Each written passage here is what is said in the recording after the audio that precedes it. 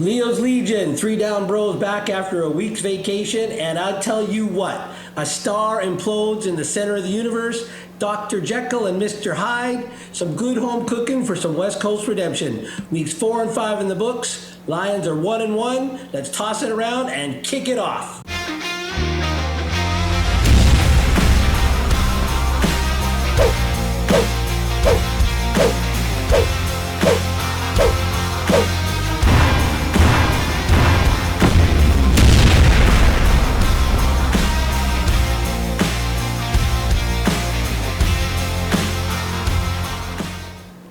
Leo's Legion, Greg, Arthur, Roland back after a week away. We are here with a twofer. We're talking weeks 4 and 5 in the Lions schedule, 1-1. The debacle in Toronto, don't know what you want to call it. 6 picks in the 6, 9:05, we died. I don't tell you. But then again, hey, chance of redemption. We had the Owls here on FanFest last Sunday, 1 day ago. Great game, bounce back. Definite statement? I don't know. Let's toss it around. What do you think, Arthur? Well, they needed to come back strong. And Vernon definitely needed to come back strong, and I thought he did. So I think that was a great story and a great step for him to regain his confidence. Yeah, so let's take a look at some stats, and then we'll ask you guys about your high-level thoughts. So net offense, let's see, BC was 413 yards. Toronto was 329, although you can't tell that from the score. 413 to 329 net offense. Out of the 413, it's 388 passing and 52 rushing for BC. 388 passing. Yeah. Wow. And Toronto was 249 passing, 106 rushing. First downs, we got 17 first downs to Toronto's 12. We had 3 sacks, they had 3 sacks. Time of possession is almost even, 28-17 for BC, 28-31 for Toronto. Penalties, we've got 13 for 107. Toronto has 10 for 125. But the biggest difference was they gave up 0 interceptions. We gave up 6 interceptions for 184 yards. So high-level thoughts, guys. Well, we all being away on vacation, I got to say, I didn't watch that game live, had to come back and watch it once we returned. And, the powwow with Arthur, you said it, Arthur, if you look at the score, I mean, it's all over the airwaves, all over print media, all over the internet, blogs, vlogs, everywhere, Lions pages, Argos pages, that the Argos dominated. They have the best defense. We couldn't move the ball against them. They put up 45 points against us.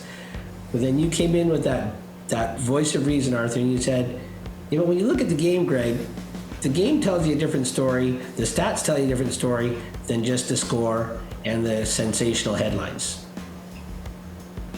Yeah, I mean, Vernon was able to throw 388 yards. And the time of possession was pretty even. Of course, he threw 6 picks. You lose the turnover battle, you lose the game. And I think the Lions had a third down stop, turnover on downs, like against the Argos. So I believe the giveaway takeaway was 6-1 for Toronto. That's a massive difference. You're going to lose the game for sure. But the Lions kept making it close. I mean, the deficit was 11 points for a lot of the second half.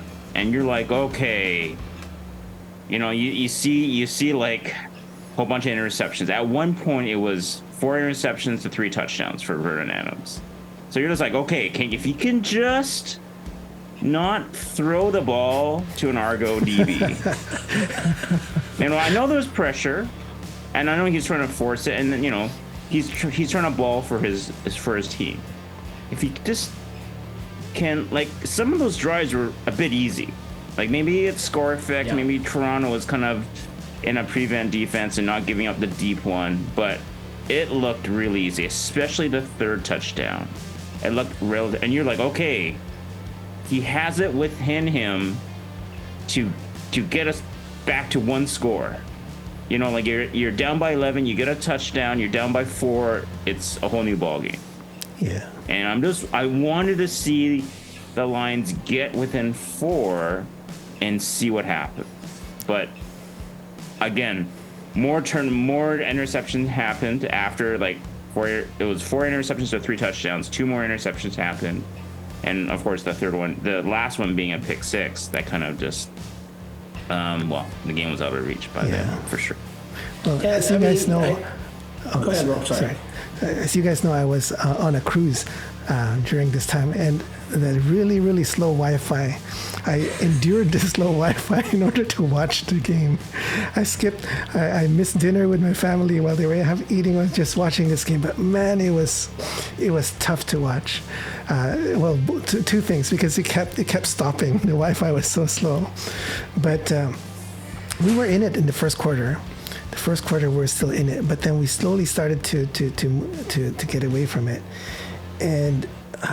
My sense was that, with the interceptions, Vern was just, losing a bit of confidence.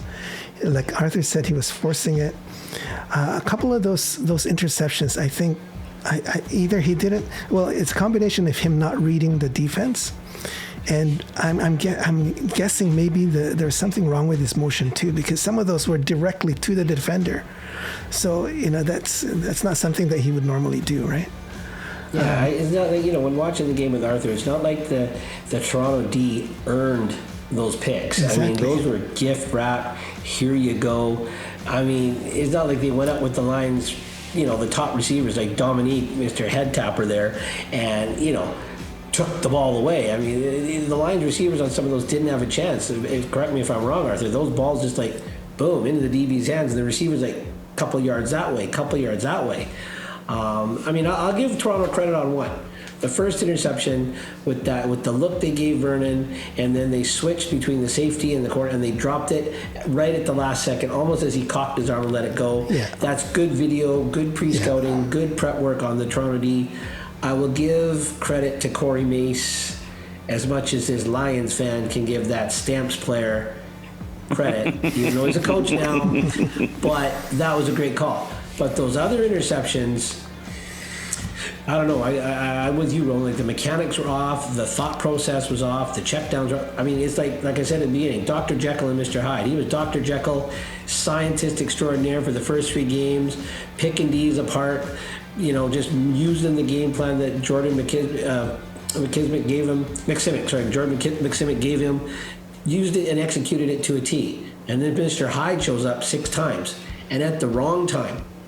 I think we talked about that a little bit, that, they have a great drive, good drive, or they just scored the series before, then they throw a pick. So, I mean, this Toronto game didn't have, a 3 DB turning point. It had multiple 3 DB TPs. And I'm going to use TP instead of turning point, I'm going to call it toilet paper, because that game was... Anyway, but hey, like you said, Arthur, better to have that happen week 4 than week 16, week 17, week 18 playoff game. Yeah, for sure. Get it out of the system. And, I think you said it best, Arthur. The whole team took a step back. Short week going into Winnipeg, played our guts out, then a really long delay going into this game. And I think we took a step back, but I think that step back wasn't so big, but it gets magnified by the errors that happened and when they happened. Yeah. And the magnitude of the error. A pick 6 at the end of the game, okay, wash it. But, a punt return for a touchdown, we didn't bring that up yet in the intro thoughts here, at the wrong time. And that's just a big momentum swing right there. Well, every single interception killed a drive, a potential scoring drive. Right, so we're driving down the field, and that's why we have our yards. Our net offense is pretty good, because we were driving. We're able to put together good drives, and then at the wrong time, interception. They run it back, and then they have a short field, and they score. No matter how good our defense is, we can't prevent them from scoring. They're already in field goal range. Right, six interceptions, one field goal, and 5 touchdowns, I believe, right, for those 6. So they scored, and they were able to capitalize because they got good field position. So they didn't have to drive down that much. We were able to drive. I think you're right there, because if they had to drive, I really think even though our D took a step back, and you can throw your thoughts at me, Arthur, but even though our D took a step back, if our defense had a decent amount of field to play on, I think they would have stopped Toronto. Yeah, when Toronto starting in like the BC 20, 21, 25 yard line, it's tough. If you do have a dominant D, you gotta stop some of those for field goals, right? I mean, yeah, it sucks. It sucks being in that position. You gotta force a 2-0. You gotta bail out your team, the overall team, right? And I just thought that although they had 3 sacks, the D line didn't dominate like we've seen in the other games of this year. So I think although they still had a decent game, but I think Toronto's front seemed to affect Vernon Adams more than the BC front affected Chet Kelly. So yeah, they took a bet. The secondary, they couldn't come up with plays. They had made some decent plays, but they couldn't get their own interception or interceptions.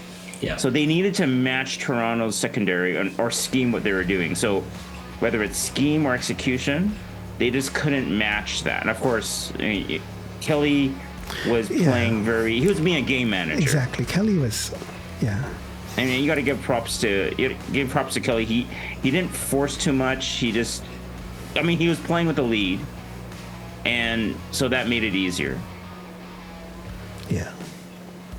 Yeah, so the D took a step back, but I think if Toronto, say, makes an interception and they're on, say, even our 45, 40, I think maybe the D has a little bit better chance because there's a little bit more room to play with, right? For sure. Oh, yeah, 100%. The jury's out on Toronto's offense being the number one offense to Winnipeg's. I mean, after that week, they're going to get it. That's just how it is in the center of the universe print media. A little biased there, but hey, Lions fans, you're with me. Okay, they're pretty creative. I think Ryan Dinwiddie as their head coach, and he's a decent OC in there as well. So you get a lot of that misdirection, missing around in that small space, like you said, in our red zone or tighter. It's pretty hard to cover that, even if you're a dominant D. And if you take that step back on top of that, it's not going to come out positive all the time. So that game's out there, it's scrubbed, and made up for it, week 5 yesterday, which was a great game to be at. Yeah. Mm-hmm. In a way, I mean, if we want to look at the silver lining, it's good that we took a beating. I mean, score-wise, right? In terms of effort and execution, I think it's a lot closer, but score-wise, we took a beating. And I think it's in looking at the silver lining, it's good because then we don't take things for granted. Because up till this game, we were starting to believe that we were the dominant team, right?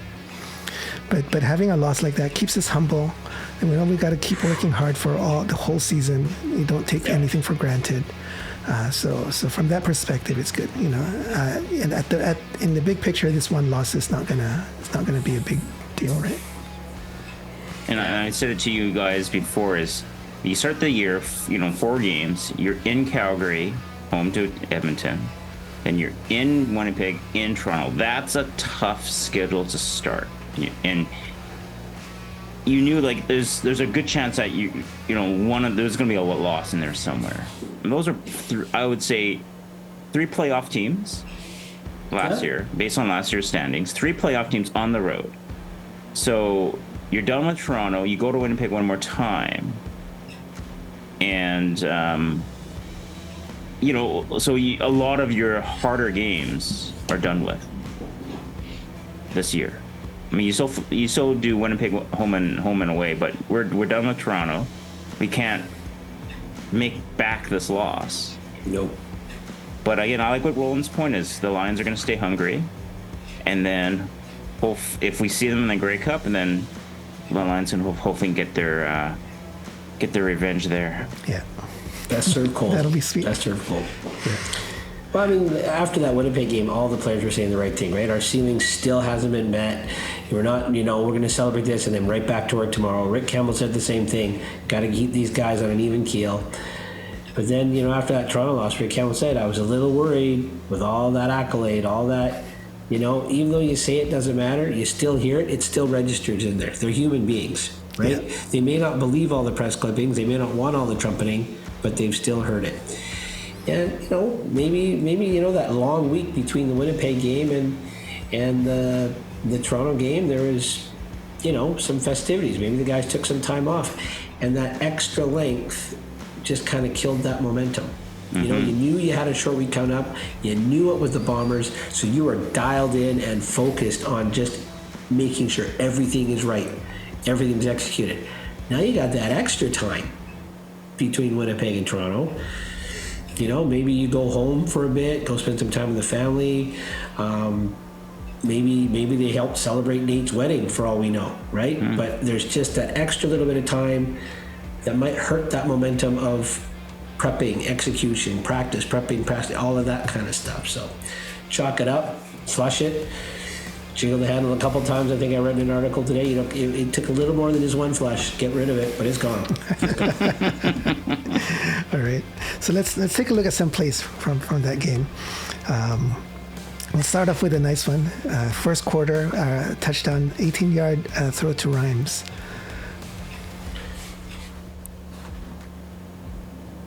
Nice quarter pattern. Boom. Nice touch. Yeah. You start off the game well. Exactly. So let's. And that was their second series, I believe, Arthur, from when we watched it? Second or third? Yeah, perhaps. And they moved the ball pretty easily. They executed well on that drive. Yeah. Yeah, nothing of note.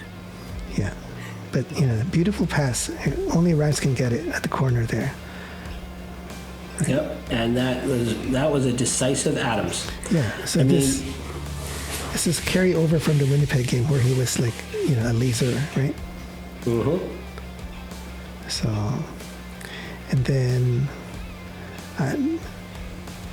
next play we have, this one is a punt return that Toronto brought back to a touchdown, 91 yards.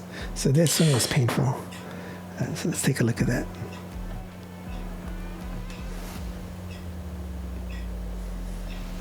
There's some pushing and shoving in the back going on this one. And then just poor tackling. Yeah, it's all the way. So, we talked about the team taking a step back, but I don't know. Special teams kept Janarian Grant in check in Winnipeg, but I don't know. This one, did they take a step back, or is that just same old, same old?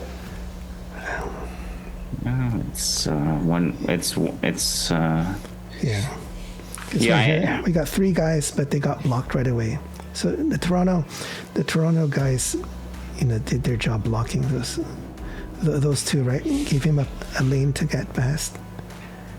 And there's a block in the back, right there at the point of attack. How'd the ref miss that one? And there's another one. How'd he miss that one? And by then it's off to the races, but that's two blocks in the back. It's just speed here. So. And then that player's taking a horrific angle, but I mean, he was well out of the lane of the play. From his lane over there, it's whatever he could do to get there. Yeah. So at this point in the game, I was still hopeful because, you know, this was a special teams touchdown. It was not an offense touchdown. So, you know, I felt that we're still holding our own, and if we continued executing, we could have still won this at this point. Exactly. Yeah, but a minute later, at the end of the first quarter, there's the first interception. So let's take a look at this. Like I said, it's timing.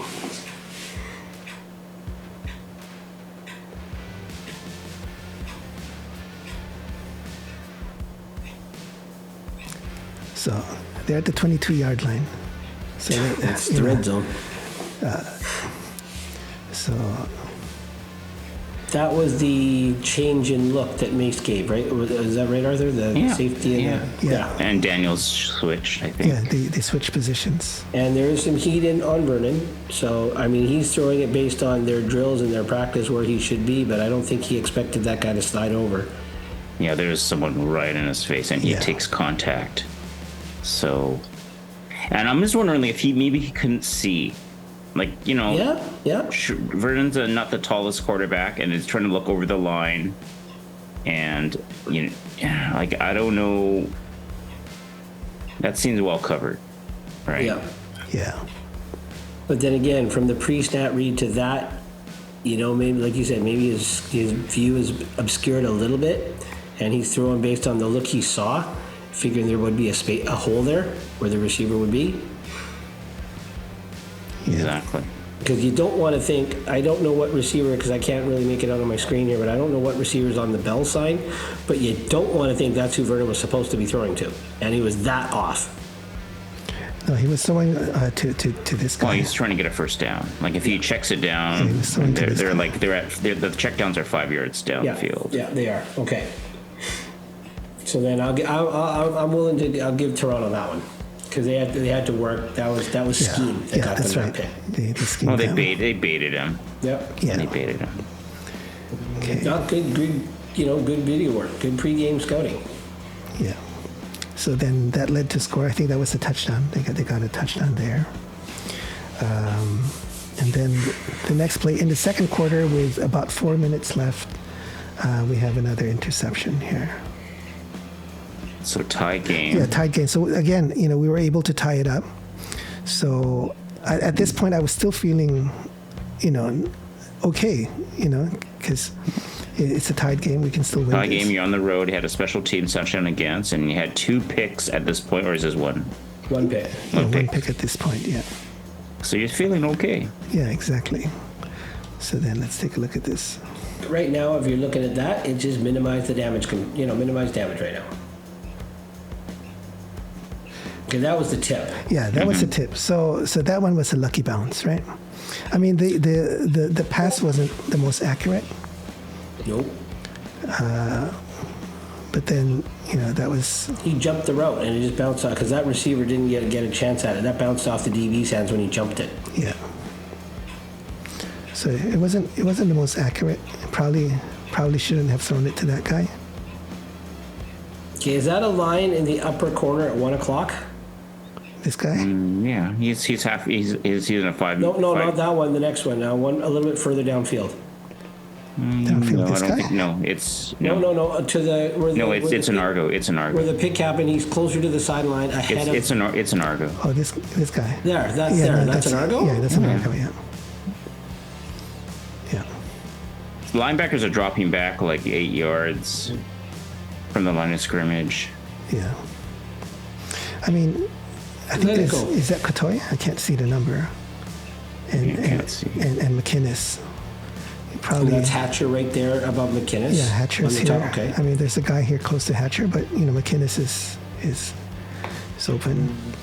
So that's why I think he wasn't seeing the field well. But anyway, so that was 4 minutes left at the end of the quarter, and then the next one is 2 minutes later. Wow. So This hurts watching it again, bro. 2 minutes later. So Toronto's at 22, so I guess they scored a I believe they touchdown. got a field goal because they were up 25-14 at the half. After this one, yes. Yeah, they got a after field goal this. off of this one, I Yeah, think. but the previous interception led to another touchdown. Yeah. Yeah, and then so let's just play this.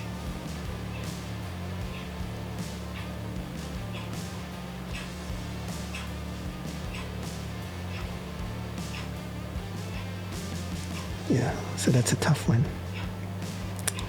So you know we're at their 50-yard line, so that means we were able to move the ball, you know, at least 30, 40 yards, and then this snuffs out our drive, right? And then And the receiver wasn't even there yet. Did he overthrow the one coming, or did he just hit the wrong spot with the one coming? You see, there's two receivers in this sort of area, right? yeah. There's a receiver close to where the pick is, or is that an official? No, that's a line coming down the So sideline, isn't it? there's a line coming down, but I think he was aiming for this guy. So we saw a different replay. That DB that makes the interception there is actually Hatcher's. It's the corner from Hatcher. Oh, okay. He's reading Vernon Adams' eyes, So he left Hatcher. dropped back to that point. Yeah. And of course, Hatcher's a much safer throw. And I think Hatcher had the first down, right? So, Yeah. but anyhow, Yeah. So maybe when Vernon threw the ball, that spot was vacated, but then that corner kind of went back. Yeah, he dropped back. But then they're all reading his eyes. yeah. Speaking of eyes, if I can throw that in, and it's a lot easier to kind of comment on this on a televised game, but Vernon's eyes were everywhere that game. They were dialed in and focused with that killer look he had in the first 3 games, and then he also had that deer in the headlights look like he had in some of the games last year, which caused me to pass early judgment coming into 2023. And then he also had like a right in between, a confused look, kind of not focused, but not freaking out, but not sure. And I think it's the not sure look that worries me the most. Couldn't tell what he had in his eye, look in his eyes in the Montreal game because we were sitting in our seats. But that's just an observation from 3DBG here. Yeah. Well, what hurt here too is that it's a third down, so we were going for it, but we only needed 4 yards. Yep. We only needed 4 yards. And he went for I think 34 yards? 4, 5, 10, 15, 24 yards, I think he went for there. Yeah. Is that McInnes or Rhymes? I can't see the number. But I thought it was Rhymes. The body language after, like, yeah, it's Rhymes. yeah. So, And is he, like you said, Arthur, is he trying to force it into his comfort receivers versus who, trusting his eye and finding the open one? Just, okay, Rhymes is my guy, I'm going to force it in there. So at this point, he's had 2 interceptions, right? And they're down. Yeah. You want to get the ball to your playmakers. You want to, and Rhymes is your playmaker. Rhymes is your ultimate playmaker on this team right now.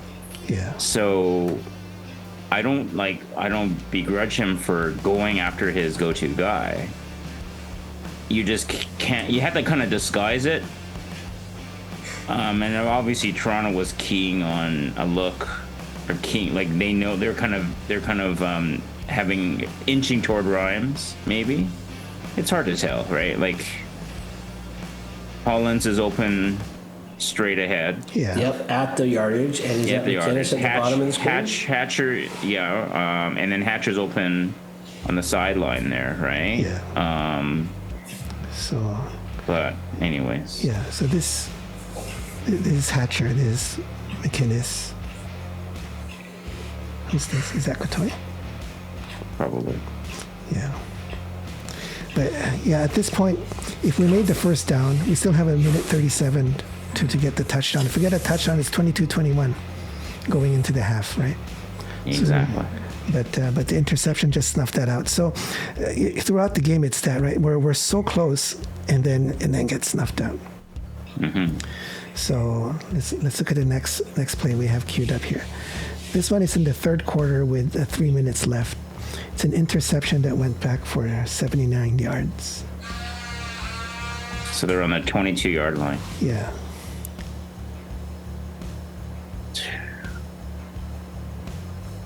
That was a momentum killer. It was, yeah.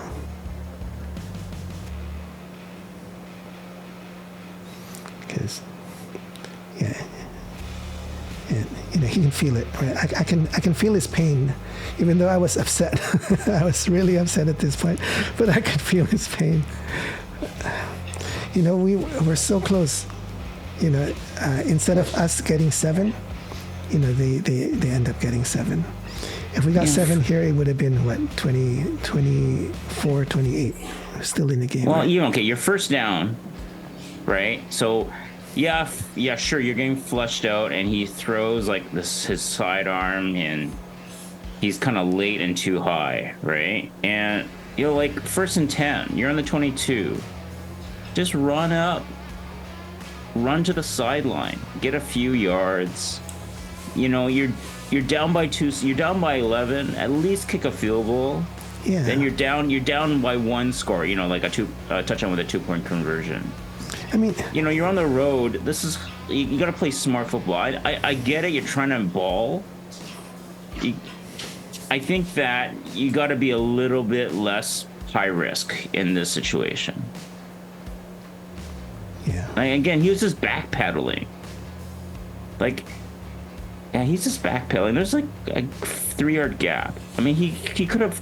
I maybe would have caught the corner.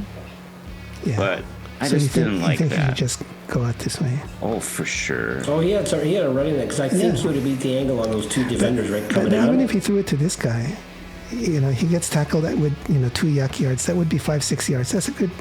That's a good first down game. Right? You're backpedaling. You're throwing off your back foot. At least run to your dominant side, and then see what materializes. Maybe, I think there's maybe someone breaks into the end zone or does a corner pattern or something, or you just throw it away. I'm going to use a word you love hearing when we're at home games there, Arthur. There's a vector right there. A vector. I think it's this one. Yeah, I think he was too aggressive. Yeah. Well, again, you're down, and maybe he's just got that mindset, Again, right to the Yeah, Argo. it's severely underthrown, right? Either underthrown or over, like I don't know what. You think If he he's trying to overthrew throw to Hollins, there's like 3 guys around him. Yep. Or he missed Yeah. McInnes late, if that's McInnes. Yeah. You think he was going for McInnes and just overthrew it? Or threw behind him. Yeah. Or overthrew him. But sidearm off the back foot, that's recipe for disaster, mechanics-wise. Not too many quarterbacks can do that with an arm and not planting solidly. Not naming any names. Yeah. So, yeah, but even after this interception, I think we were still in it. So let's take a look at the next one. This one is now in the 4th quarter, with 6 minutes 34 left. So the score here is 35-24. We're down within 11. That's basically 2 scores. Yeah, 11 points. We're near midfield. Let's roll the play.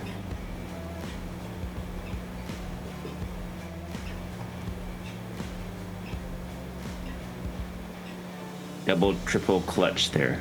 At least we got a shot on the DB on that one. So he That's goes, pretty much a punt, right? yeah. But I mean, I'm not I don't know what was going on there. He goes super deep.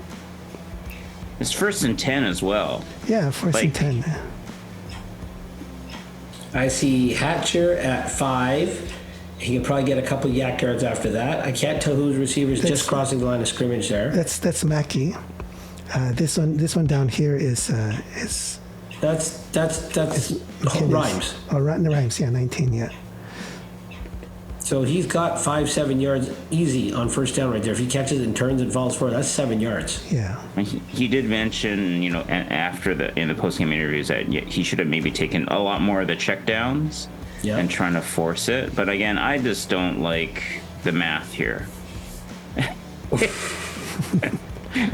I know. Yeah, there's a third lines receiver near the sideline, right? And everyone's rallying to the ball.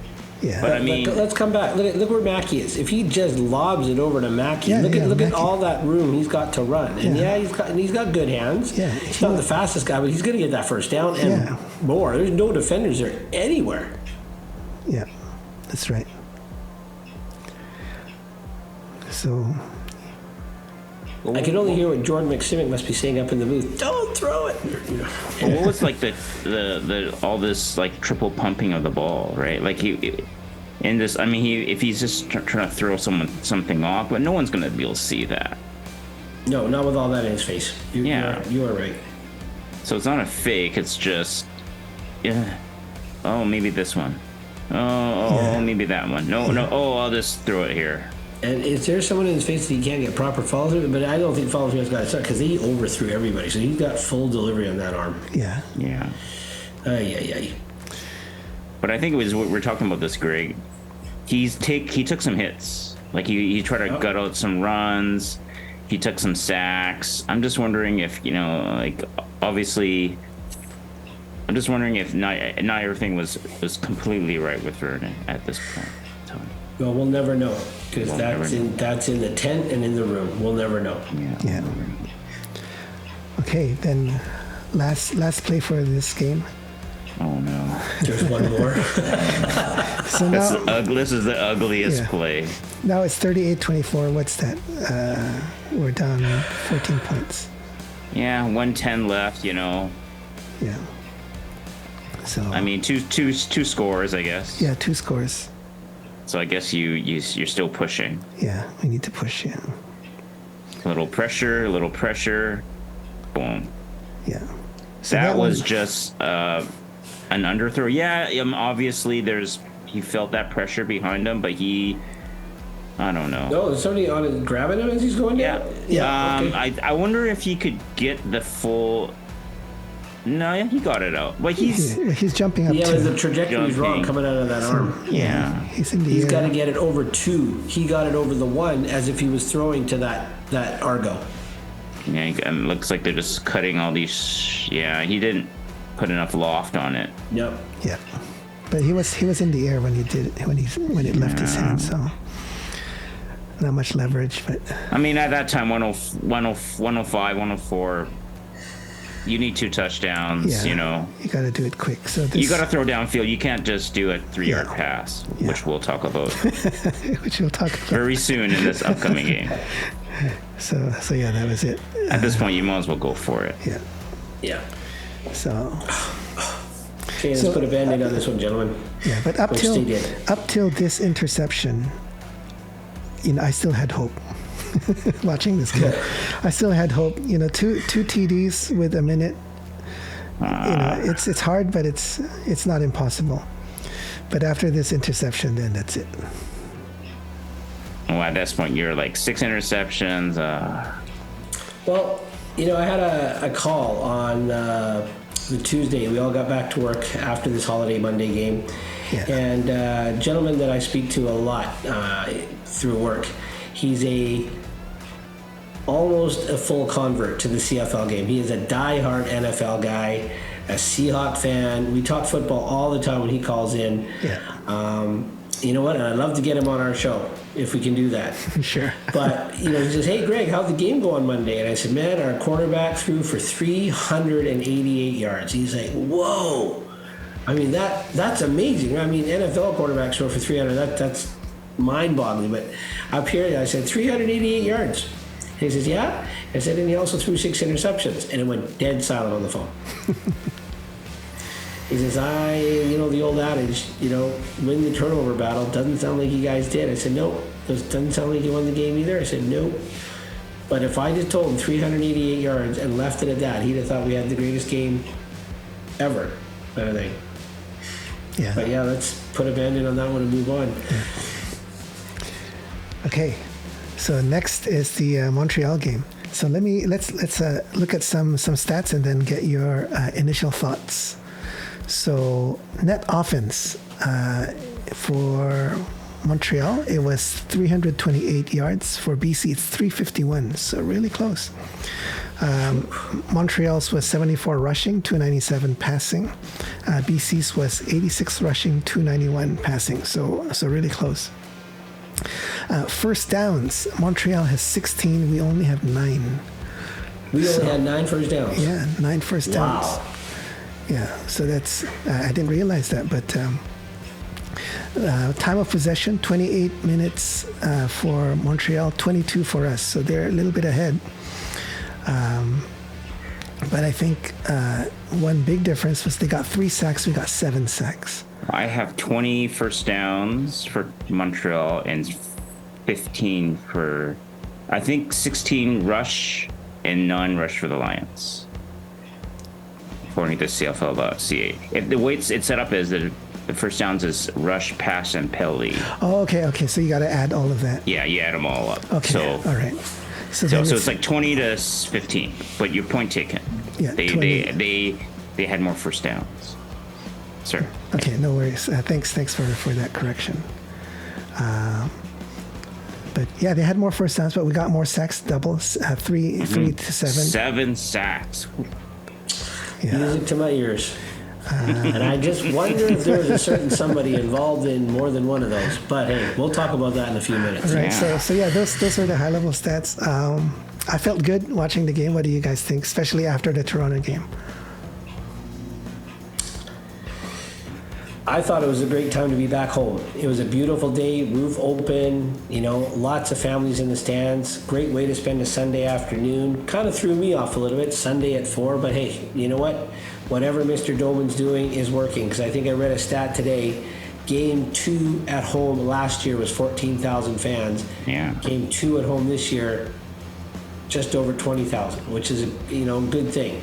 You know what, Mr. Doman, if we can get you on this show, you're doing something right. And you know what, we're just wanting to make sure we're a part of it and make this team relevant like you want it to be.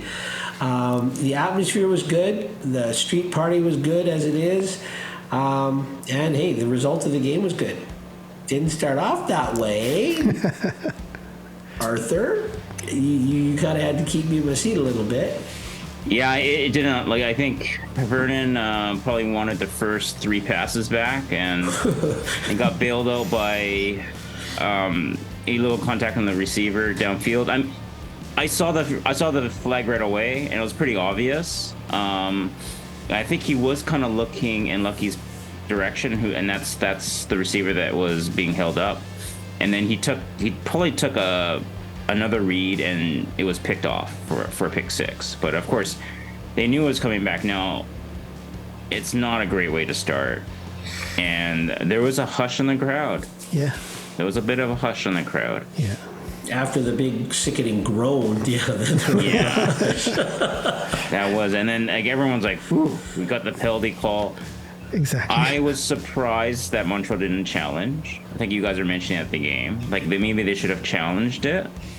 And what I read is some people thought it was a marginal call. I thought looking at the detailed replay, because we couldn't see one in the game. Yeah. That's there's certain things that are great about being at home, certain things that aren't. And seeing the detailed replay is not one of the strong points. It definitely did see there was some holding. Now, does that happen Does that happen frequently in a game? No, ask Glenn Sutter. DBs never hold. Yeah. So, so again, that was, that could have easily been, that fight could have easily been picked up, I thought. It's not a blatant, total blatant foul or flag, but the Lions got away with it. Yeah. And, sometimes luck is on your side, and the refs are on your side. Lucky was playing on our side. You got it right. Lucky, yeah, and I don't think refs did any the Lions any favors the previous week, and also I'd rather have these calls in the playoffs, but for Vernon's sake, it was a really good time for him not to be staring at a pick 6 in the opening series. Yeah, because that would have been back-to-back pick 6s. Yeah. So I think he settled down. He had a good run on first or second down, and then gained some yardage, and then he started to and then he marched him into the end zone. So it was a good overall. The ends was of course a touchdown. So I think that was a good start for Vernon. He needed that one. Yeah. Much like the Edmonton game, if I could just use some of the vernacular from that one, I think this one wasn't, I don't think, to use your words, Arthur, I don't think this game was ever in doubt, but I think they still had to earn their points. They had to earn their drives, because Montreal didn't just lay down that they could just, move the ball at will downfield. They had to earn it. They had to find some receivers. He had to escape some pressure. And I think, like you said, this was the type of game he needed to bounce back, where it didn't come super easy. He had to work through it to get it back. Because even in his post game, he said he left a lot of yards out there, and he wasn't quite in sync for the first half. I didn't see it that way being in the game, but maybe that's how Vernon felt. Yeah. But yeah, I'm glad this one didn't come easy as the bounce back or redemption type game. Yeah. First half, I didn't know that. From watching the game, I thought he got his confidence back after that run when he had to scramble. Mm-hmm. He scrambled for 22 yards. Agreed. I thought after that, then he was able to shake off any cobwebs, and he looked okay. But if he said first half, then whatever, it's good that he was able to shake it off. Yeah. Okay, so let's take a look at some plays. So first one here is the first play of the game. So it was an incomplete. I'm going to throw that out to you there, Arthur, while we're watching this play. Do you think Vernon's guilty of, I don't want to use forcing it to receivers, but maybe Lucky's first game back, he was trying to get Lucky into the game. I mean, being the leader, you know what, hey, buddy, you're one of the top guys, you're one of the workhorses, let's get you back in because you've been hurt. Rhymes, you're the playmaker, Hatch, you're back, let's get it to you guys so I can get you into the game right away, get you into the game flow. I'm not sure. I think for each play there's a primary read, and I mean I still think the OC makes the call, right? Unless Vernon calls an audible at the line of scrimmage. Yeah, maybe there's some of that. I got to get this guy in. Yeah. Well, Lucky was targeted the most. He had 8 targets for 5 receptions. And some of those Lucky had to really dig to get those up. Yeah. Catch them. Yeah. Hatcher was next with 7 targets and 6 receptions. But when this first play, I was still very jittery because this looked like Toronto, right? Completely. Yep. Well, the ball hit the turf, so so there's an improvement there. I mean, for that pass, there's an improvement. He wasn't throwing it to the opposite team. Yeah, but it was short, really short. But point taken, Roland. It did not inspire confidence. Yeah. But it was not a disaster. So you know what? It's not an unmitigated disaster. Yes. It was just an incompletion, that's although true. It looked kind of shaky. Yeah, but the disaster was in the next play. The disaster was the next play. Second play nice of the game. Nice segue to the next play. Second play of the game. So I was holding my breath here. There's the hold up there. Well, maybe it wasn't. That was not the hold. Yeah, this one. Yeah, that's just, I don't... Like it's I pretty. think it's off screen. I think he tugged the jersey to pull him back to kind of catapult himself towards getting that ball to help him jump that route. Yeah, he was. Yeah, and you know what? That's well covered. It was well covered, and he threw it to a well covered guy, so that's why I was feeling really. And then the receiver's got to come back to the ball. Yeah, but hey, if you get tugged backwards as hard as he was tugged. Yeah. Actually, I have a replay here at a different angle. Maybe you can see in the angle. Because this one was called holding versus illegal contact, correct? That was illegal contact. Maybe it's holding. Oh, there's. Yeah. That one. So right here. See, because technically they can argue. I mean, I'm not the head of officiating for the CFL. Although I might fill out a ballot. He's pulling him, so that puts his momentum going away from the ball. That is 12 yards downfield, right? So it's he's holding his left arm, right? The bicep there, and then here he's kind of holding his wrist. that's pretty. And it's for a couple strides too. It's not just like grab as he goes by. Yeah. So I don't know. Some of the CFL announcers are saying this was kind of iffy, but if you look at this. There's 2 holds, right? One on the upper arm and then here on the lower arm. Yeah, so now technically right there, we can't tell from watching it, but if he gives a good tug, because then he gets a good catapult behind the receiver to that ball. Yeah. And that is a poorly thrown ball if the receiver was continuing his momentum, but then he's running into coverage right there too. Yeah. So the penalty was illegal contact. Okay. On Montreal number 24. Yeah. And he's the guy that made the interception. So it was on that, and that's the that was the call.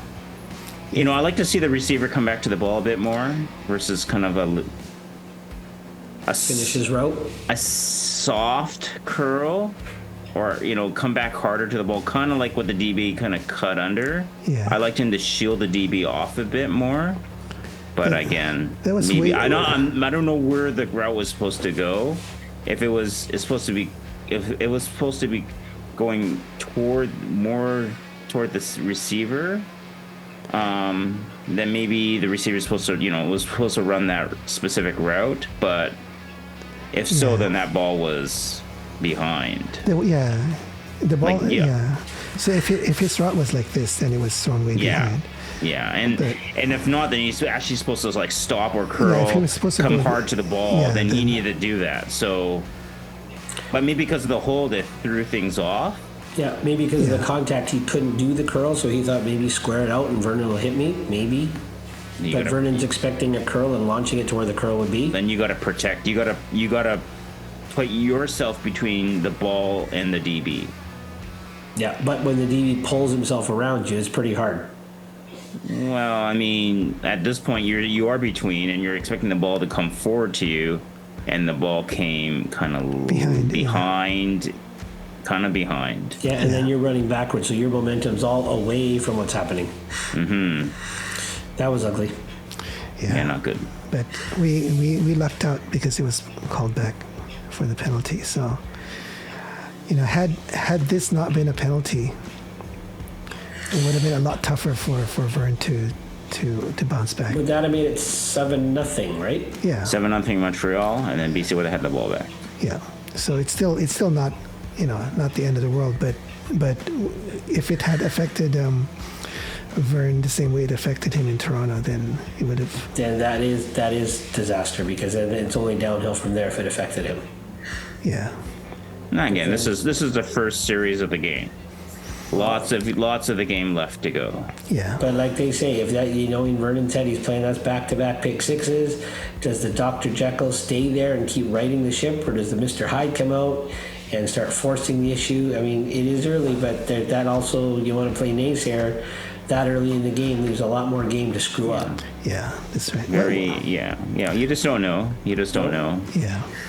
What I'd like to see, which we haven't seen in these two games, is for Vern to be able to shake it off, in the middle of the game. So maybe at halftime, like in Toronto, if at halftime he was able to shake it off, and in second half he would have played much better. With a week in between the games, he shake it. I mean, I'm still happy that he was able to shake it off. But like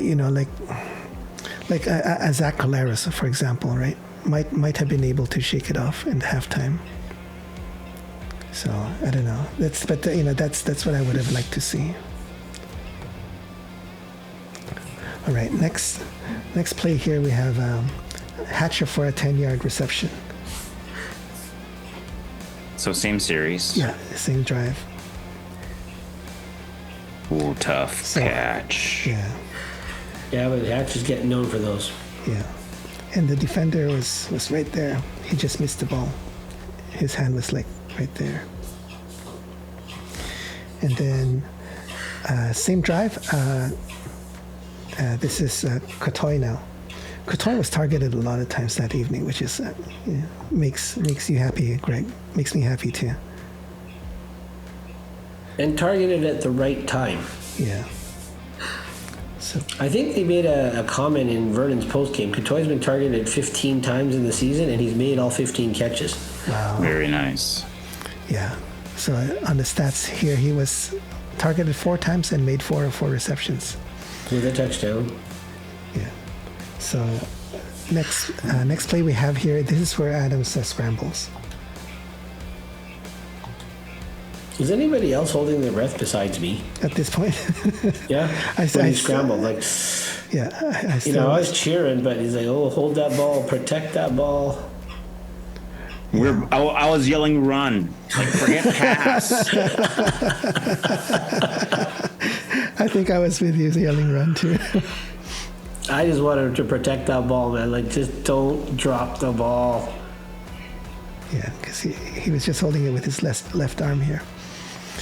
But Yeah, after this play, Quarterbacks, you gotta wonder sometimes they hold the ball like they're gonna throw, even though they're like 5 yards past the line of scrimmage, they're still holding it like they're gonna throw it. It's like, no, guys, tuck it, protect it.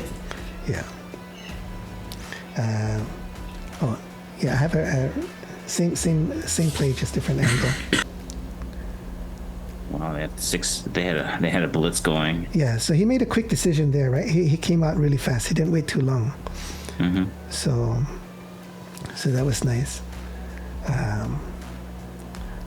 Vector there, Greg. You took the vector. That he did.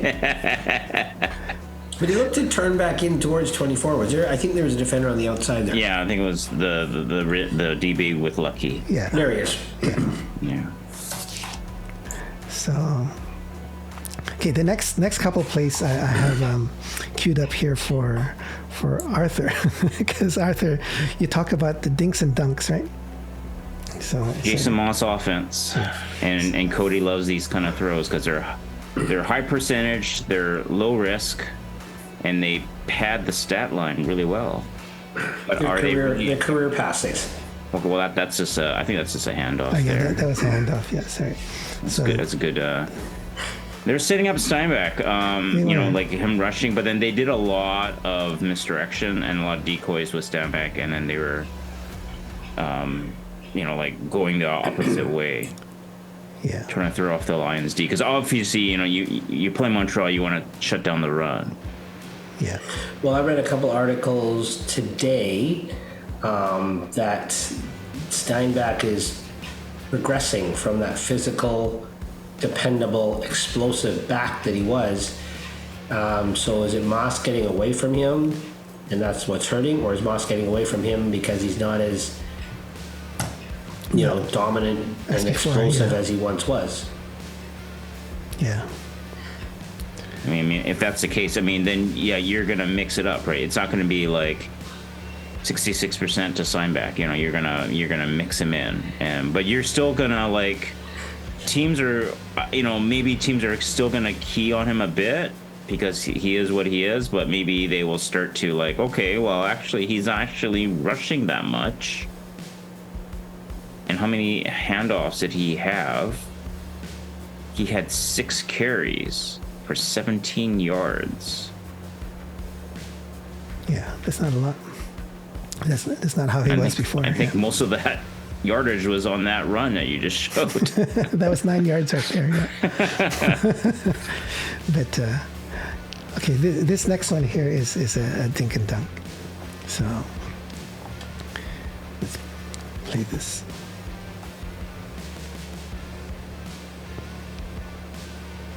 Again, high percentage. But He's not gonna give up an interception. Yeah. He's gonna have a nice higher quarterback rating, right? But again, how effective is this? But it looks good on TV. It's like at the game, it's like, okay, all these 2-3 yard passes, in terms of over the line of scrimmage, right? Yeah. And I don't know. To me, you're trying to I think with this series, they actually did tie it. They actually did get a touchdown on this drive, because it was 7-7. But this was indicative of pretty much most of the game, where he was hesitant to go downfield. Yeah. And then the times before, we would say before the last handful of deep passes, which he was able to connect on one. But anytime he went downfield in the first 3 quarters, he didn't. I could see why he doesn't want to go downfield. And I just don't know what it is, scheme or confidence. But anyways, yeah. Maybe Jason Moss loves that misdirection, Calgary kind of offense. It is high percentage, low risk, and you're trying to be a game manager, and this is what they do, and they did dominate. Well, they did have better time of possession than the Lions, right? They did, yeah. So, but again, what I was saying is, with this offensive scheme, it's playing into the Lions. The Lions are up, and they're like, okay, if you guys want to do this all game, go right ahead. You're just marching time off the clock, and you're just playing into our hands. Yeah. We'll give you that all day. Edwards Cooper had to close in really fast. Yeah, he had a 10-yard gap, and he closed quick and open field tackle. Yeah, great open field tackle. Beautiful. Wrapped up Pursuit on the was ankle there. Yeah. But the pursuit would have caught him after he probably got the first down. And that's Mac, is it not? 81. Yeah, that's Mac, that rookie. So if Cooper does not make that tackle, he's at least 10, 15 yards downfield with that pursuit coming. He'd have out-vectored that pursuit. I'm not sure there's much of a victor left there, buddy, but I'll give No, that. seriously, from that C to that official down there on the yellow line, he'd have beat that pursuit, and there wouldn't have been a corner that he needed to turn. Because if Cooper doesn't make it, he's gone. Well, he went low, but he grabbed the ankle. Yeah, he grabbed the ankle. Because he went low and he grabbed versus the way he did in his rookie season, just went low and torpedo without looking. Yeah. How many tackles did he miss? Yeah. How many? Oh, how many times did I say I did not want that guy on the roster last year? Yeah. Yeah. Yeah. But I may retract after this game. We'll find out later on. Okay. A little foreshadowing. This next one is back to stand back. But I think there's this dink and dunk.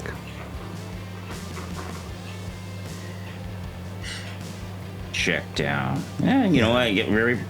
Again, that worked. I'm not sure how he.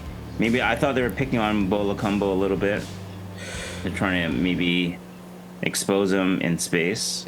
Yeah, that's a long way for Lacombo to come. And I mean, well, actually, by the time he cuts off the angle, The linebacker drop. It's 2nd and 8, so they drop 7 yards downfield, right? And Steinbach's coming free, and he's wide open. No one was spying Steinbach. Actually, and if you look where the linebackers drop back, it's a clustered drop back, not a spread drop back, right? There's a replay Because here. it looks man there a little bit. Yeah, there's a replay here which I'll play, but this guy draws him away. Yep. So It's a good pattern. here, let's. And it's like he's being told, but then somebody's saying, Steinbach, running back's coming. So that's Because not. the Cumbo almost looks like he's lined up as a middle linebacker there. Well, he's on the strong side, right? And that's his side. But that's a long way from that hash. Well, I mark. mean, he's on the hash. He's on the hash, the near hash. Yeah. Yeah, You like gotta be able to cover that. but he's dead straight with the quarterback, and like he took a little peek at that guy, like Roland said, coming back. He did that, and then Yeah. and he is moving with the ball. He's just not that fast. I mean, Well, again, he's not. that's a He's not long as way to fast go. as the ball. That's for sure. Little head start, and then See, his left hand is pointing to that guy. To tell the 81. safety to go, and the safety's going, look over there, right? The safety's telling him to get over there, and there he goes. that was a switch. Yeah. Nice. So And I mean, you got to give Cody credit. He put that ball in the money. I mean, Steinbach caught that in stride. I mean, if he has to turn and catch it, then the combo gets there a lot quicker, right? yeah. Hindsight, we have the benefit of. All right. So then, next play, I think this might be another dink and dunk. Oh no, it's a just quick toss. I think that's the most yards he gained all day. And then Cody punches it in after this one. Yeah. I guess the stats are. Who is that? That's Mac. That's Max. So, like, they're counting that as a pass. He just tossed it in her hand. I guess it's forward. pass. It's a forward. It's a forward Yeah. toss, so then it's considered a forward pass. Yeah. Yeah, because it wasn't a lateral, so it was. So that went 20 yards. I mean, BC 21 all the way to The one. the 1. Yeah. Because his knee went down as he dove, his knee came down, then he went over the line, I think. Yeah. Not a great start for the defense. This is the first drive for Montreal, and then they were able to punch it in. Yeah. Well, it was a lot of misdirection. Steinbach out of the backfield and play action. I guess they were looking, trying to figure it out, but. Like I would say, like Winnipeg and Toronto, they play more direct. Like we're gonna run Oliveira, we're gonna run Ouellette, Yeah. You beat you. We're just gonna come and smash mouth you. You beat us. Yeah. And then Montreal's like, some stuff left, some stuff right. Receivers in motion. You're like, okay, where's this ball going? There's so much confusion. Yeah. Yeah. All right. Next play is our first sack on Cody by none other than Betts. Look at this. I love This frog squat. Yeah, I love that stance. I don't think they teach that in football school, but But you notice when he doesn't do that, he doesn't get a sack. I'm That's true. just noting something that, 3-man rush. Oh. Boom. With a spy. yeah. 3-man rush, and Josh Witch was the spy. Actually, you know what? I thought in the beginning when you told me we got rid of Jordan Williams, I really thought we'd miss him, Arthur. But you know what? His linebacking crew seems a little more versatile at this point. I think so too. Haladic is filled in admirably, I think, or taken the spot over admirably. Yeah. Yeah. Okay, so then next we have the first quarter stats. So at this point, 7 first downs to 5, 68 to 43 passing, 16 to 33 rushing. So, yeah, Montreal was Soft still... in a 7-7. That previous play, like Matthew Betts, maybe their O-line, the Montreal O-line coach should pick up some stats. I mean, this guy's the sack leader, and you have him on man-to-man. Maybe it looked like the Lions were gonna do a zone blitz on the other side, but you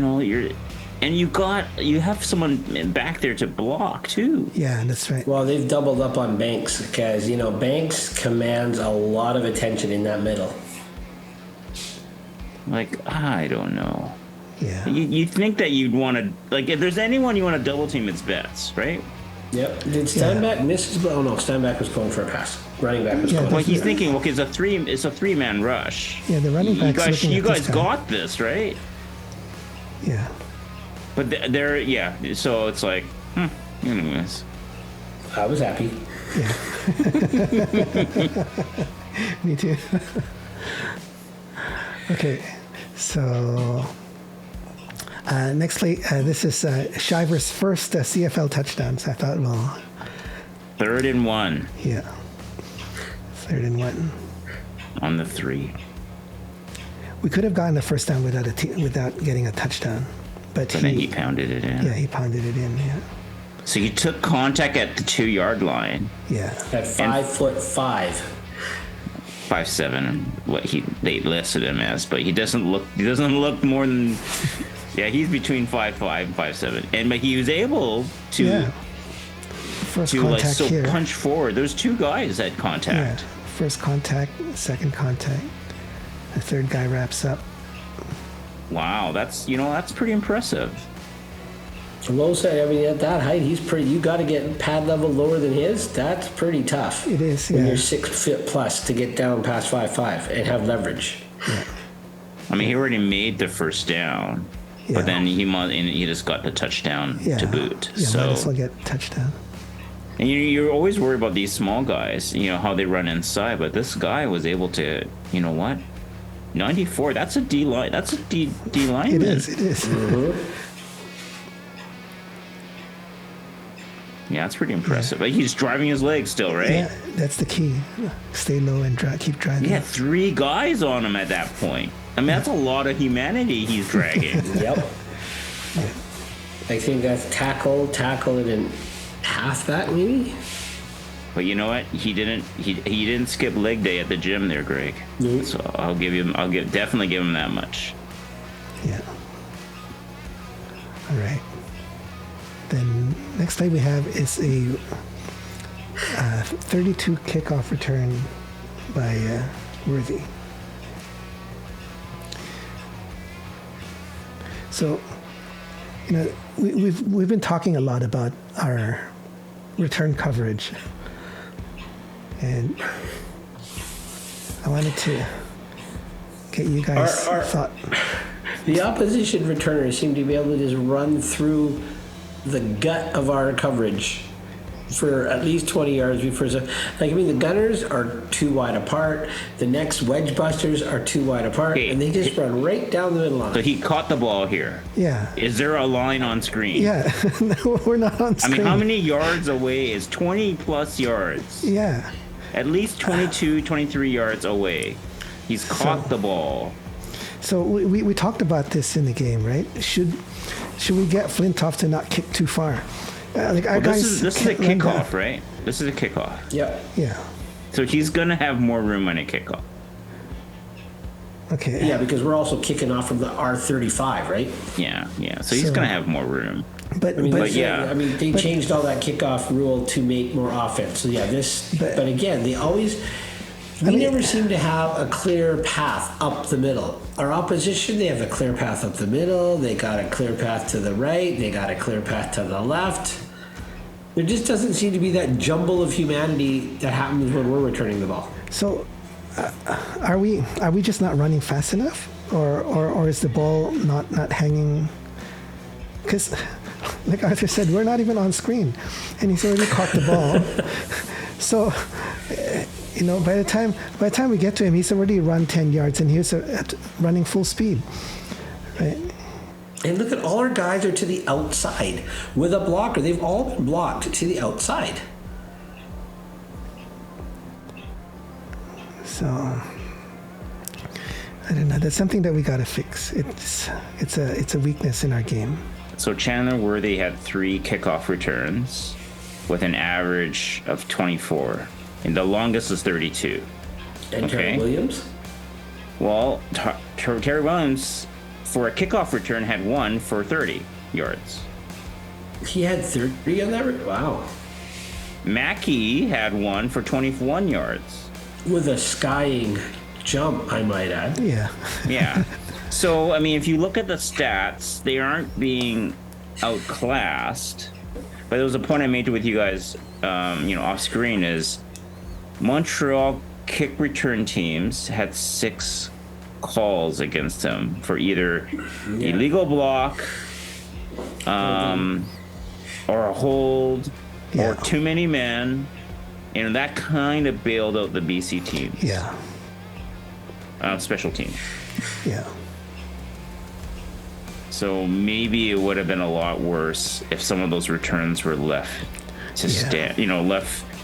Were left and they picked up the flag, but the BC teams were bailed out by all those infractions. So maybe because of those infractions that they were able, like the Owls returners were able to get downfield, but maybe. Yeah. But definitely our coverage can be better. I don't think the other teams' coverages are this bad, right? I think in terms of coverage, my gut feel is that we're at least in the bottom half of return coverages. Anyway, next play is another sack on Fajardo. This is by Moje. Now, does anybody notice bets in the frog squat? Nope.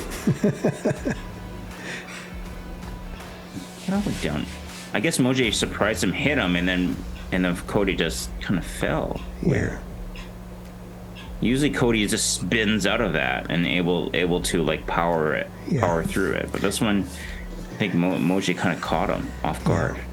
But there was an assist from a stand back too, because he actually runs into the back of Fajardo. I don't know what he was looking at. And I think that kills Fajardo's momentum and kind of disorients him a little bit. Yeah. Yeah, and then Moje got a good lick on him, and then here's another angle.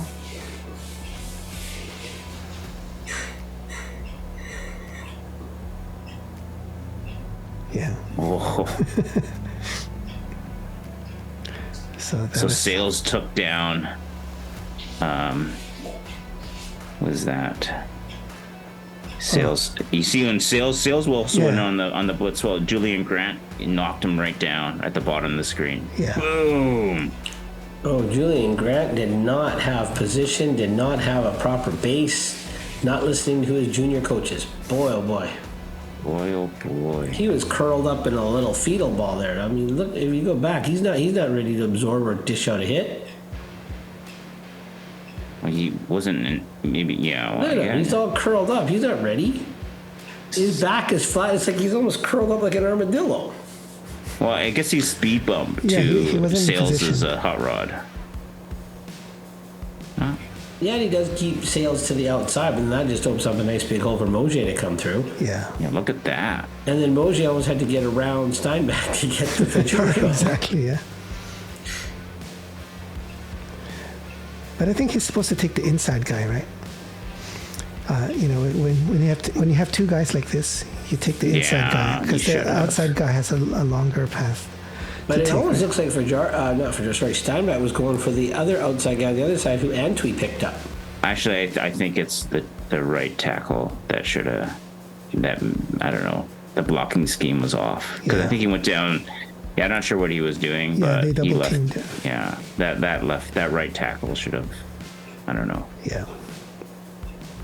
Yeah. So you're Works for me. saying this guy should have taken Mosier, yeah. But he kind of doubled. Yeah, he double teamed on with the guard. They were So all, maybe, and then they were so all they're kinda creating that pushing this hole. way. So maybe Steinbach's supposed to run through that hole. Yeah, but But he I ran don't into know. his, Maybe Cody quarterback. saw something and then just like was gonna do another dink. But Cody wasn't happy. I think I have this here. Let me see. Yeah, he gives Steinbach a word there. Why you run into me? I don't think he said it like that, though. Okay. Next play was a block punt on Flintoff.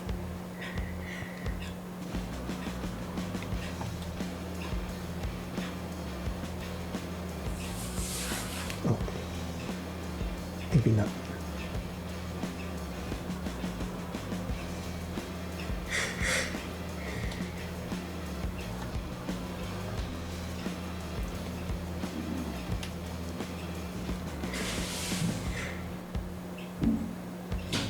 This is after This one. Montreal's got a field goal, and that's a Menard sack, I believe. Yeah. Yeah, this is a Menard sack. So I don't have the block punt on Flintoff. Menard I sack. think the block punt comes after this,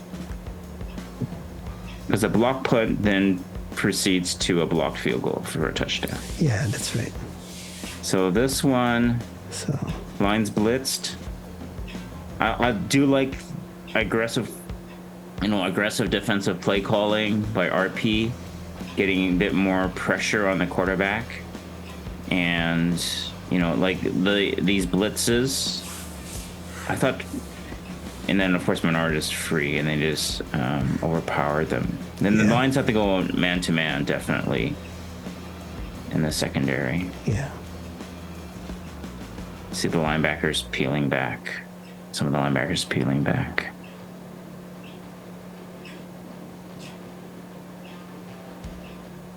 Oh, see, that's the time Cody should have dinked, because his check down was kind of open.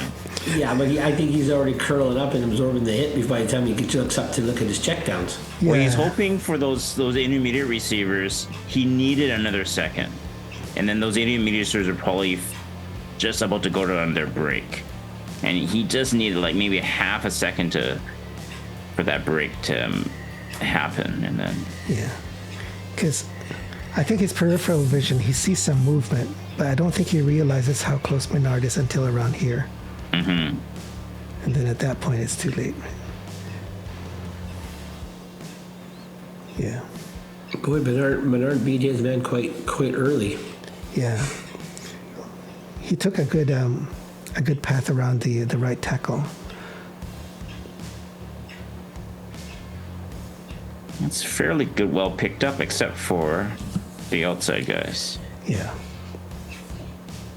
Oh, a meeting of the minds. yeah. But that's beautiful because our ends are fast, right? That's why we can do this, right? Our defensive ends are fast. Both the ends are there, meeting right at the quarterback. Now that was written about today too. The Lions, their sacks, the timeliness of the sacks. Still not a lot of takeaways by RD. Is this sack thing going to continue to hide a problem? Or is that something that's making a problem that's not really there? You think? Well, if you sack the quarterback, you know what? They can't throw an interception. Yeah. But can the sack frequency and intensity continue on the trajectory that it is? That's what this article is talking about. Like, it would still be nice to see the Lions have some takeaways as well as sacks, right?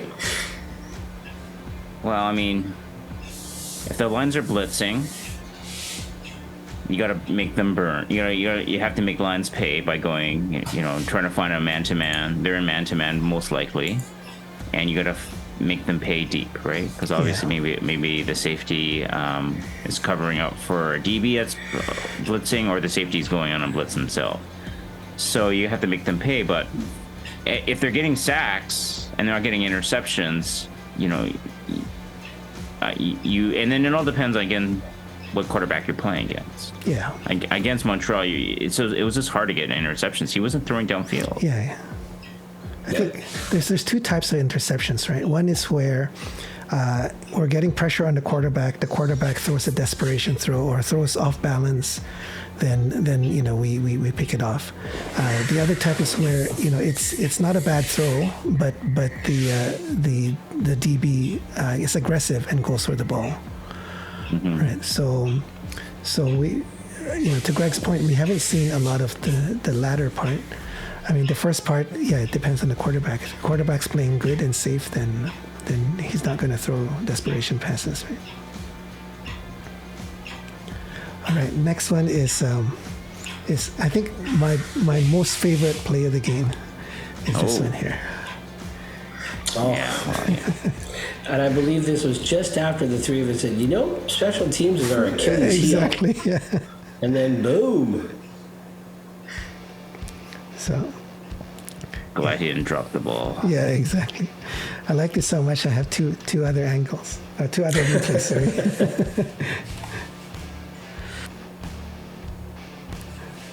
So this is Woody Barron. He goes. Wow. He makes a move on that guard there. I think it's a long snapper. That's right? the center. No, that's the guard. It's a that's right. It's guard. This is like okay, got it. So he makes a quick move on him and just raises his hand right at the right time. Beautiful. He made himself tall. Yeah, he didn't really jump even, right? Or just a slight jump. But that was a really long field goal, so the angle is quite low. And then Edwards Cooper is just in the right place there, right place, right time.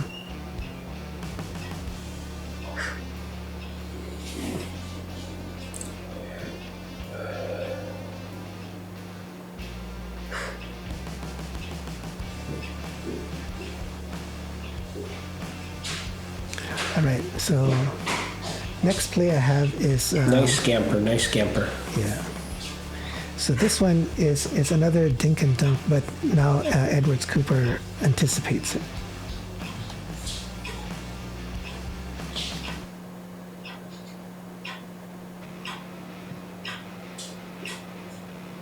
Whoa. Half a second sooner, he's overrunning it. That was just well timed, well placed, well done.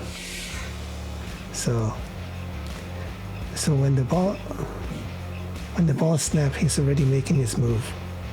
See that? So he's at the top of our screen here on the 50-yard line. So as the ball is being snapped here, he's already making his move. Yeah. And he already knows it's going that way. And I think that the receiver coming back with him was the guy supposed to block him. Yeah.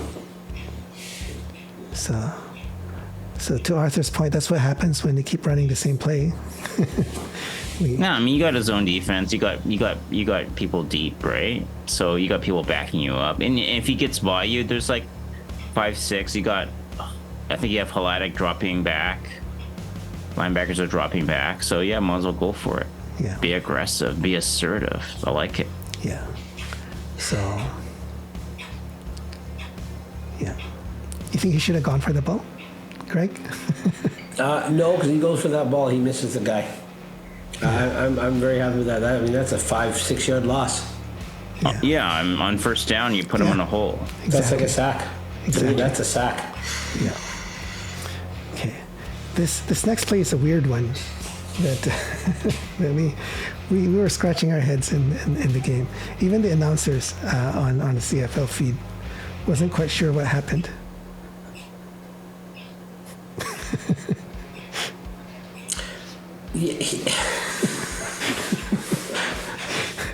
So he catches the ball, and Was then he hot dogged? No. He looked like he was trying to drop kick it. yeah. So And then he saw the flag, and then he really realized he missed his foot. And I'll forget it. I'm just falling on the ball. What? so at the game, I thought he just dropped it. I thought he just looked at the flag, thought that the play was dead, and dropped it. But then in the replay, and also the announcers noticed, he Or to kick it or he something? was, yeah, you It's see like a that little right poop, foot yeah. motion? It's like He's trying to almost- kick it out of bounds or kick it out of like I don't get it.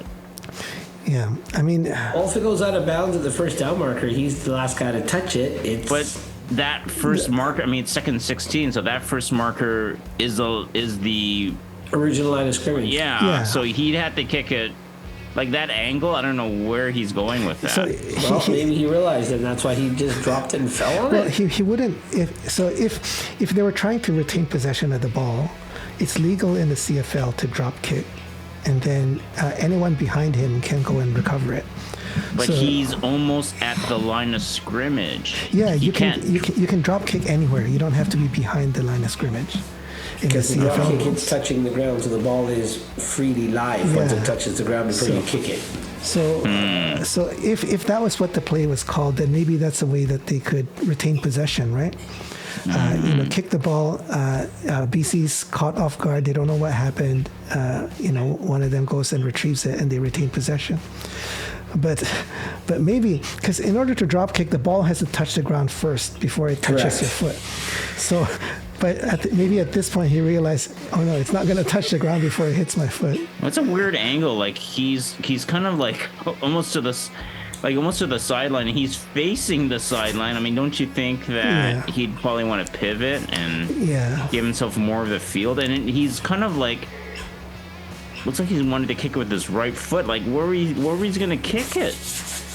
Yeah. Anyway, it's a botched play. If that was what the play was called, and then it's completely botched. And Bizarro, man. I have no idea. because not a lot of for me. players practice drop kicks too, so it's not something that they're used to doing, right? I think the last one to do something successful with it was Doug Flutie. He actually got a field goal out of it. Yeah. He drop kicked it through the uprights. Yep. Yeah. Because as long as the ball is in contact with the ground through the uprights is points. If he just punts it through the uprights, then it's just a punt, and maybe you get a rouge. Yeah. A rouge in a game? No. Okay. Don't get me started on rouges. Not on this episode, but maybe we can argue about it in another episode. Here's a sack on Adams. And who got that one? That one was Johnson, number 94 Johnson. Okay. Yeah, Montreal has some decent pressure. I think the O-line's kind of not playing at its first 3-game level or standard. Or maybe it's facing a little bit tougher competition in a D line versus the first 3. Yeah. Yeah. I mean, the third game was Winnipeg, but they didn't have Jeff Coate. So, Yeah. Here's another play that kind of went our way, but it was kind of weird that, wank. yeah. And the great thing, he turned away, because if he had gone forward, he might have recovered that before Sadiq got there. Yeah, when it hit him, I think he thought it bounced behind him. Yeah, that's exactly it. Had he looked forward, he'd have probably pounced on it. Yeah. Wow, it had a line bounce. It went up like 7 yards. Yeah, I just don't think he would have been able to get it. Yeah. Because there's contact at what, the 46? 46, 47. Yeah. And then it bounced toward where like it stopped at the 53. Yeah. I don't know if he's that fast. But yeah, I don't know what happened. He must have lost sight of the ball momentarily. Well, the sun's on his eyes because the sun's way past that opening now. Yeah, unless the ball was in the sun when it was higher up. I don't know. Well, I think maybe the scoreboard, right? The scoreboard's right up, right there. Yeah. Yeah. So it got lost on the scoreboard. So next one here is another bet sack.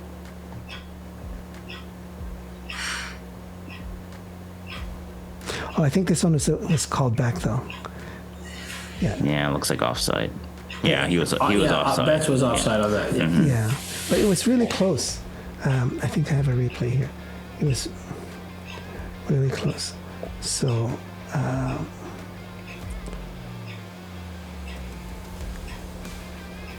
oops. I wanted to see if you can see the hand of the center on the ball. Okay, so he's still set. He starts moving, and then the hand starts moving right. He's offside right there. The hand starts moving now, right?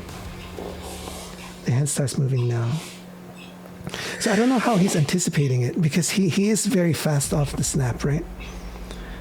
Well, they were saying in Toronto that they thought that the Lions D-line were anticipating the count. Yeah. So you think he heard Fajardo and he cued off that?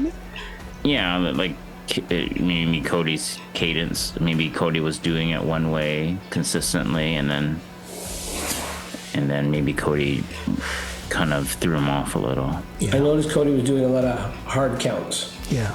Like body and everything, which I think in the NFL is illegal when you bob your head in your body. Now, it got noisy at times, right? Especially when Lions were in defense. So yeah, and he was doing his, or whatever everybody does now in the league. Yeah. So here's a Baron sack on Fajardo.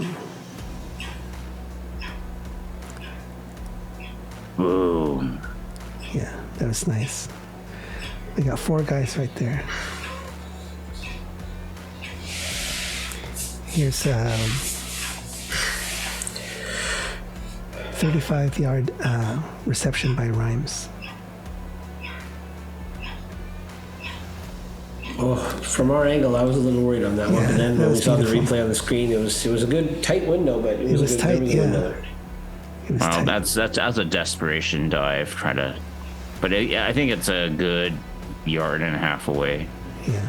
Here's another. I mean, if the ball was a little higher, a little further, it'd been a little bit easier, but still, nonetheless, very, very comfortable catch. But I think the ball hit a little higher near the helmet. Like that's like right in the chest. That's easy well catch. put- yeah. Yeah. Because if that's a little too far in front of him, he's going to be smacked by that other guy coming in. True. But it was like right here, secure, and keep running. Oh yeah. So in retrospect, just beautiful. Yeah. Yeah. So I wanted to show this one. This is Couture's first touchdown. Yay! Beautiful kind of spin to this non-throwing side, and then he adjusted, squared up, and then popped it. And you know what I liked about after this touchdown was how happy all those other receivers were for Javon. Yeah. They were all there to congratulate him. Yeah. And that is a nice ball. It's like, boom. Yeah. I felt good for him. I mean, to be safe, I mean, another couple yards ahead of him might be safer. But that's just, I mean, that's beautiful, right? Yeah, but it is still beautiful, yeah. But yeah, I felt good for him too. He's like the workhorse, right? And he does gets all the dirty jobs in. So for him to get a touchdown is nice.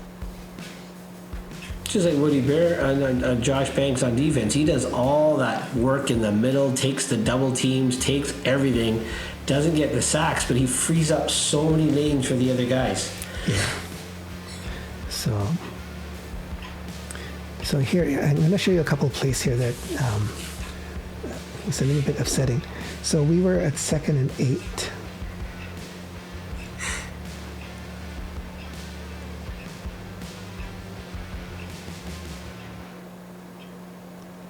So there was a holding there, so that this negates it, right? So instead of a first down, we're now deep. So that was a holding call on 54 Pearson. So the very next play, we're 2nd and 18.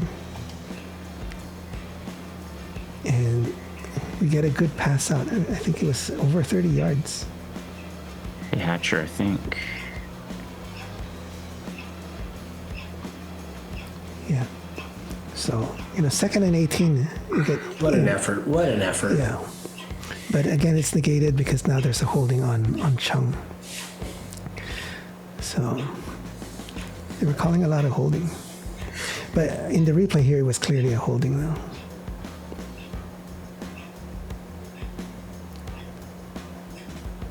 Where's that?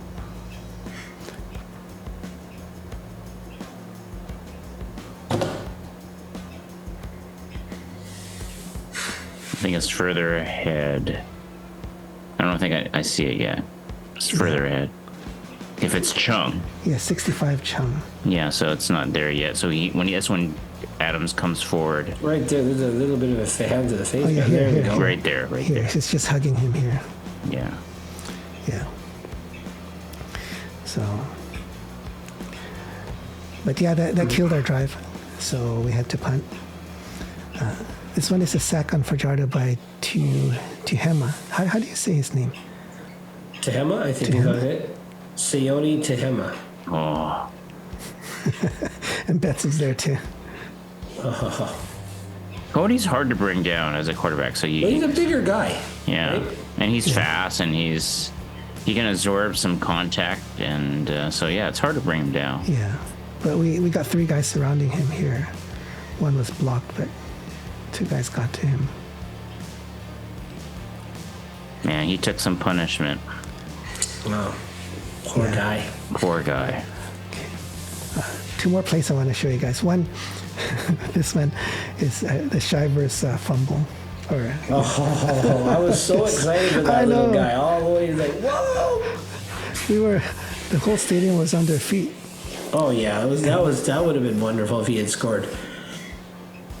Woulda, coulda, shoulda. It's a little check down, and Yeah, but look at the moves here. That's what I love, right? Why is he returning kicks? That's what I was gonna say. I mean, That's why, right there. Yeah. That's why he doesn't return kicks. Gotta have 2 hands on the ball. 2 hands on the ball. Well, this 22 guy closed. Yeah. Yeah. Well, give that guy credit. I mean, he's not giving up on the play, right? Yeah. Oh, I think right there. I think just 8-yard line. Just seemed like he let up. Like He did. Well, And he it- said in his post game he thought he'd gone by everybody, so Yeah. that's on him. Yeah, That is on him. He did own up to it. Yeah. But I mean, he got 1 touchdown. It would have been 2, but That one would have been a spectacular one, 60-plus yard touchdown. exactly. Yeah. Yeah, that guy is fast. I don't know. Is he faster than Smoke? it seems like he's got better moves. Yeah. The moves here was what impressed me, right? Like, But none of this jittering on the spot, man. He makes one move and then he goes. It's great. I mean, the first quarter is a little muted, but as the game went on, he gotten more comfortable. I mean, it's his first start, right? Yeah. So, Yeah. but there, boom, right around that guy. exactly. And then here's another gear. Yeah. But then this other gear shows up And then, slows him then down he right shifts there. down. He didn't stay at that gear. He shifted up, then back down. Hey, man, there's some fast people in the CFL too. There is. So, but yeah, I'm sure he won't make that mistake again. That's what he said. Mm-hmm. So, last play here is our last sack is by Hellenic 46.